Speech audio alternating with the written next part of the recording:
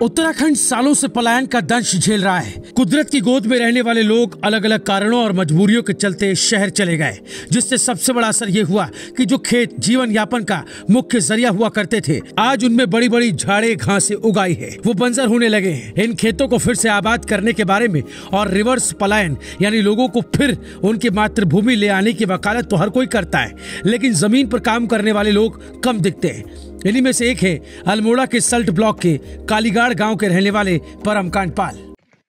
नमस्कार, मैं परम कांडपाल।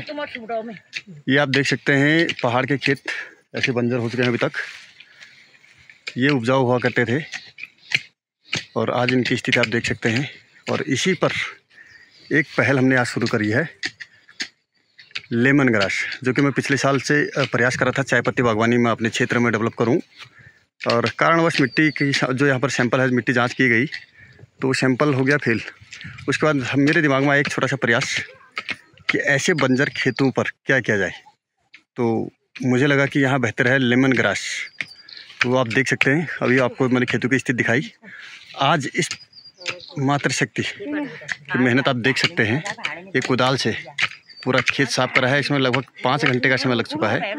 अब ये इसको एक बार इसके खुदाई करने के बाद ये लगे हैं लेमन घास लगाने में।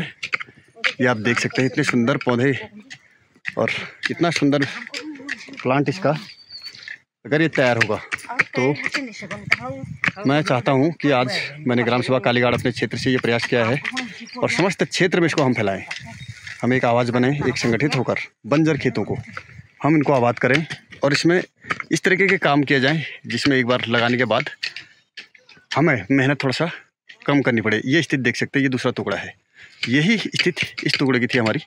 तो अभी आधे खेत को हमने कवर किया है। ये तो सुना आपने, वक्त की मांग और लोगों की जरूरत को देखते हुए किस तरह से एक प्रयोग करने की कोशिश की गई।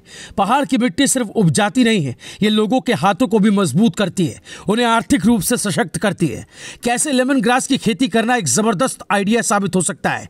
कम लागत में ज्यादा मुनाफा देने वाली ये खेती आज ट्रेंड में क्यों है, पहाड़ को इससे क्या फायदा होगा, इस रिपोर्ट में आपको हम हर सवाल का जवाब देंगे। लेकिन उससे पहले आपको इससे जुड़ी एक महत्वपूर्ण जानकारी देते हैं। वो ये है कि भारत सरकार एरोमा मिशन के तहत लेमन ग्रास की खेती को बढ़ावा दे रही है। लेमन ग्रास की खेती, इसकी सबसे खास बात यह है कि इसे सूखाग्रस्त इलाकों में भी लगाया जा सकता है, यानी जहां पर सिंचाई की भी पर्याप्त व्यवस्था नहीं है वहां पर भी ये खेती हो सकती है।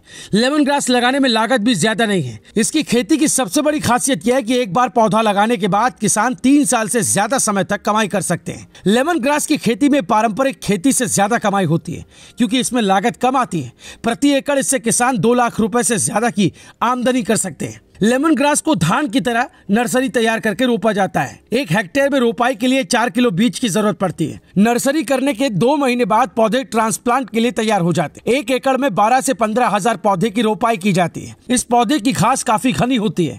ऐसे में इसका विकास बेहतर हो सके, इसके लिए 2-2 फीट की दूरी पर इन्हें बोने की सलाह दी जाती है। लेमन ग्रास पौधे की खेती साल में किसी भी समय की जा सकती है, लेकिन अगर सबसे मुफीद महीने की बात करें तो जुलाई की शुरुआत में इसे लगाना ज्यादा सही होता है। अक्सर नई फसलों की खेती करने वाले किसानों को उसके बाजार की चिंता सताती है, लेकिन इस फसल को लेकर ज्यादा चिंता करने की आपको जरूरत नहीं है। आजकल इस पौधे के तेल से तमाम तरह के प्रोडक्ट बनते हैं।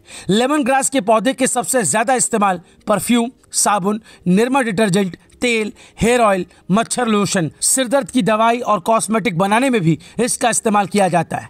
इन प्रोडक्ट्स में जो महक आती है वो उस पौधे से निकलने वाले इसी तेल की होती है। तो साफ है कि किसानों के लिए लेमन ग्रास की खेती एक वरदान साबित हो रही है, जिसमें कम लागत में ज्यादा मुनाफा है और ये खेत के उपजाऊपन को भी बरकरार रखती है। परम कांडपाल जैसे लोगों का पहाड़ में इस खेती को बढ़ावा देना धीरे धीरे कृषि क्षेत्र में क्रांति ला सकता है, जिससे लोगों की आर्थिकी तो मजबूत होगी ही, रिवर्स पलायन भी बढ़ेगा। इस रिपोर्ट पर आपकी क्या राय है, हमें कमेंट में जरूर बताएं। देखते रहें राय शुमारी।